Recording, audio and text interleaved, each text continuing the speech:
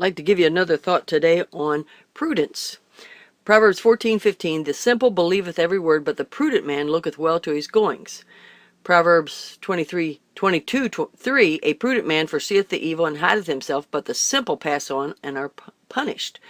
Prudence allows us to see, to identify, to consider, and then to correct and control. But if we cannot do those things, we need to run for help.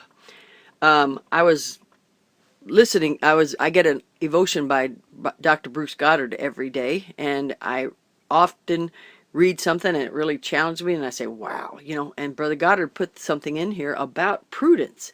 Brother Goddard talks about bumps in the road where you're driving and get a jolt, but keep on the path and keep on going.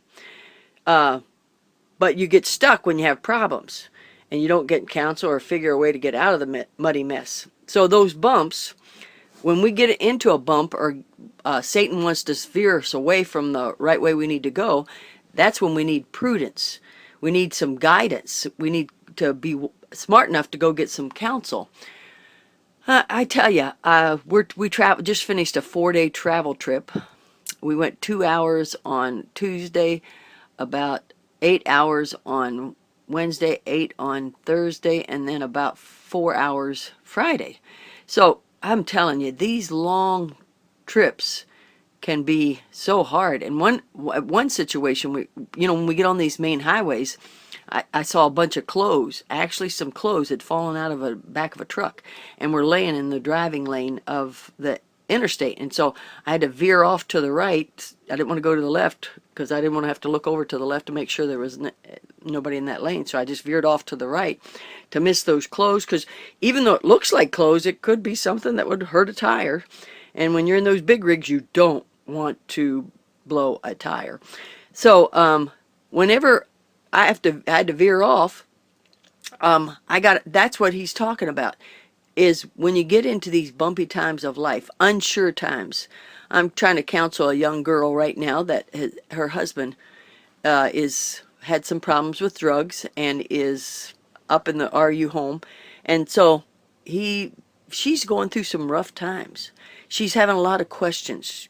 She questions herself about whether she should have married him. She questions herself about will he give up the drugs. She questions all this, and I think she's wise for asking somebody to give her some advice about it. And I'm thankful that I'm in her life enough that I can help her, even from this distance. So I try to tell her, faith does not turn back. Faith does not look back and say, oh, maybe I shouldn't have done this. No, faith says, I prayed about this long and hard, and I know this was God's will for my life. And I keep encouraging that young girl that this is what you're supposed to do to help that young man be what he's supposed to be. And I keep trying to tell that young girl that you married him because God brought him in your life, and he didn't let you see any negatives about him at that point. And so let's just keep trusting God. Now then, my mind goes to another piece of advice Mrs. Wendy Burks gave her, which Mrs. Burks told her to pray and fast for her husband. And I thought, you know what? That's how you let God know how serious you are about wanting to get something answered. And so she's been doing that. But, when she got stuck, when she had that bump in the road and it wanted to veer her off the right path,